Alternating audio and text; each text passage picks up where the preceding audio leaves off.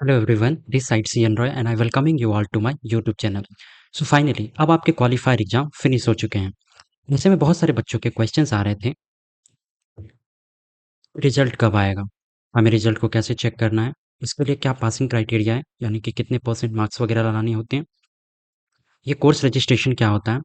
और what if someone failed, यानी कि अगर कोई बच्चा ऐसा हो जो कि फेल कर जाता है, क्या करना है?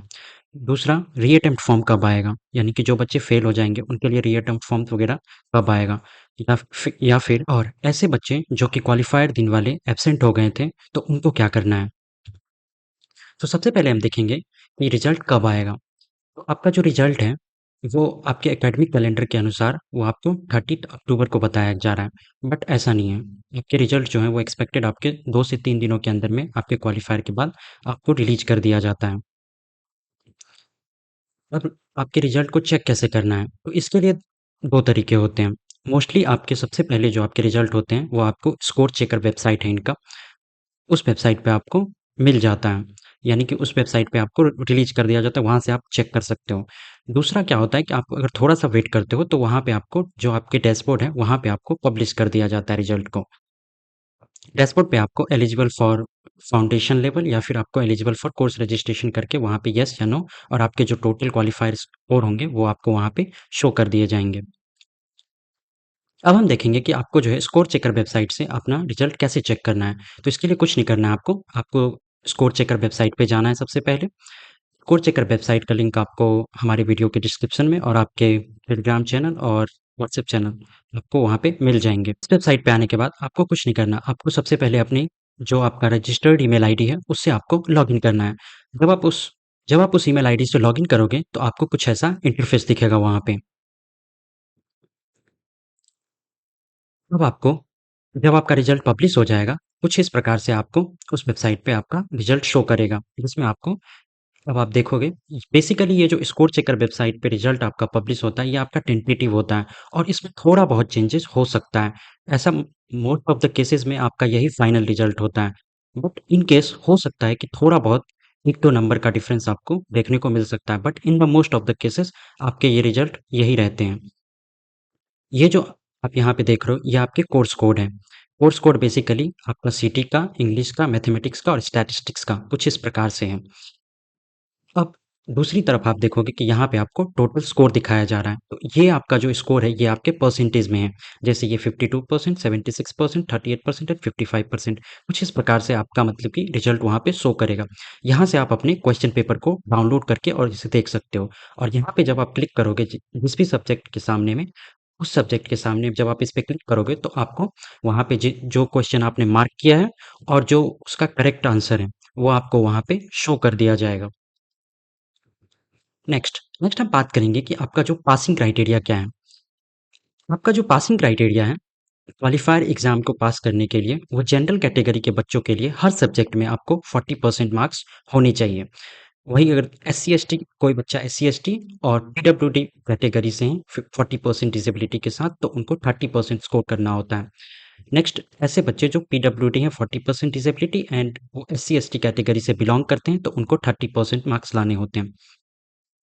सेम वैसे ही आपको ओबीसी एनसीएल और ईडब्ल्यूएस कैटेगरी के बच्चे हैं, उनको मिनिमम फर्स्ट सब्जेक्ट में आपको क्वालिफायर एग्जाम में आपको 35% मार्क्स लाने होते हैं। जैसे यहाँ पे आप देखोगे तो ये आपके ईच सब्जेक्ट में आपके अलग अलग इंडिविजुअल स्कोर परसेंटेज में दिया हुआ है। तो आप यहाँ से अपने कैटेगरी के हिसाब से आप इसको चेक कर सकते हैं कि आपने बेसिकली क्वालिफाई किया है या नहीं। नेक्स्ट हम बात करेंगे, अब जब आपने क्वालिफायर एग्जाम को पास कर लिया है और आप एलिजिबल हो चुके हैं फाउंडेशन लेवल के कोर्सेज के लिए, तो आपको जो आपके फाउंडेशन लेवल के सब्जेक्ट्स हैं, उसके लिए आपको कोर्स रजिस्ट्रेशन करना होता है। जैसे आपके फाउंडेशन लेवल के सब्जेक्ट में जो आपके फर्स्ट टर्म के सब्जेक्ट हैं, उनमें इंग्लिश 1, मैथ्स 1, स्टैट्स 1 और कंप्यूटेशनल थिंकिंग, ये आपके सब्जेक्ट हैं। आप जो भी सब्जेक्ट चूज करते हो, उस सब्जेक्ट के अकॉर्डिंग आपको कोर्स फी पे करना होता है और आप अपने अकॉर्डिंग जितना टाइम आप अपनी स्टडी में दे सकते हो, उस हिसाब से आपको कोर्स रजिस्ट्रेशन करना होता है। अब आपका ये कोर्स रजिस्ट्रेशन से स्टार्ट होगा। तो कोर्स रजिस्ट्रेशन बेसिकली आपका जो एकेडमिक कैलेंडर है आपके सितंबर टर्म के, उसके अकॉर्डिंग 30 अक्टूबर से बताया जा रहा है, बट मोस्ट लाइकली ये आपको उससे पहले भी स्टार्ट हो सकता है। अब बहुत सारे बच्चों के ये कमेंट आ रहे थे और बहुत सारे बच्चे ये डाउट भी पूछ रहे थे कि क्या मतलब हमें बेसिकली कोई ऐसा रिस्ट्रिक्शंस है कि हमें इतना परसेंट लाए तो हम इतना ही सब्जेक्ट के लिए रजिस्टर कर सकते हैं। तो बेसिकली ऐसा कुछ भी नहीं है। अपने अकॉर्डिंग अगर आप क्वालिफायर एग्ज़ाम पास हैं, तो आप अपने अकॉर्डिंग कोई जितनी भी सब्जेक्ट चाहें, 2 सब्जेक्ट, 3 सब्जेक्ट या 4 सब्जेक्ट, टोटली आपके ऊपर है कि आप कितना कोर्स ले सकते हैं। ये आपके सिर्फ़ आपको आईआईटीएम जो है आपको रिकमेंड करता है कि अगर आपके परसेंट या मार्क्स अगर इतने हैं, तो आप इतना कोर्स आप ले सकते हैं। बट ये एट द एंड ये आपके ऊपर है कि आप कितने कोर्स के लिए रजिस्टर करते हो। नेक्स्ट हम बात करेंगे ऐसे बच्चों के लिए जो किसी कारण से उस दिन क्वालिफायर एग्जाम में पास नहीं कर पाए थे, उनको क्या करना है? आप यहाँ पे सबसे पहले आप वेट करोगे और चेक करोगे कि क्या आप क्वालिफायर एग्जाम को क्लियर कर पाए हो या नहीं। तो यहाँ पे आप जैसे डैशबोर्ड पे आप चेक करोगे कि क्या आप फाउंडेशन लेवल प्रोग्राम में ज्वाइन करने के लिए एलिजिबल हो या नहीं हो। अगर आप नो होंगे तो यहाँ पे आपको नो करके आ जाएगा और नेक्स्ट आपको कुछ नहीं करना है। नेक्स्ट आपको टेंशन लेने की ज़रूरत नहीं है। आपके लिए रीअटेम्प्ट क्वालिफायर एग्जाम के लिए आपके लिए रीअटेम्प्ट का एप्लीकेशन जो है वो ओपन कर दिया जाएगा। इमीडिएटली जब क्वालिफायर एग्जाम आपका रिलीज़ होगा तो आपको कुछ नहीं करना है। आपको रीअटेम्प्ट फ़ी पे करके और आपको फॉर्म फिल कर देना है। तो रीअटेम्प्ट का फ़ी कुछ इस प्रकार से है। जो जनरल कैटेगरी और ओबीसी कैटेगरी के बच्चे हैं उनको 1500 रीअटेम्प्ट फ़ी देना है। और जो एससी/एसटी और पीडब्ल्यूडी कैटेगरी के बच्चे हैं उनको 750 रुपीज़ देना है। और जो एससी/एसटी कैटेगरी और जो कि पीडब्ल्यूडी भी हैं तो उनको 375 रुपीज़ रीअटेम्प्ट फ़ी देना होगा। बेसिकली ये फ़ी पे करके आप यहाँ पे कुछ इस प्रकार से आपका रीअप्लाई क्वालिफायर फेज का फॉर्म ओपन होगा। तो आपको कुछ नहीं करना है। जब आपका फॉर्म ओपन होगा तो यहाँ पे आप जाकर के इस फॉर्म पे आप अपना फ़ीस पेमेंट करके और आप फिर से इसको फिल आउट कर सकते हो फॉर्म को।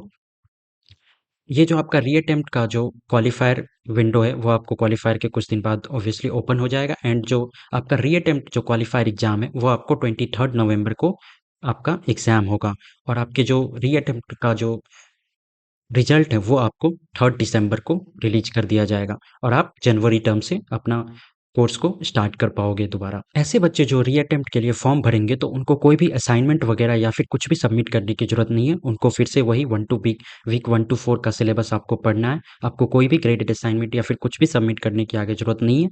आप उसे छोड़ सकते हो एंड आप उस जो वीक आपका 1 टू 4 है, उसे आप जिस भी सब्जेक्ट के लिए आपको पढ़ना है, आप उसे पढ़ सकते हो। अगर आपको कोई भी डाउट या फिर कोई भी क्वेरी रहता है, तो आप हमें बता सकते हैं। बाकी टेलीग्राम चैनल और व्हाट्सएप चैनल का लिंक आपको एज़ यूजुअल वीडियो के डिस्क्रिप्शन में मिल जाएगा।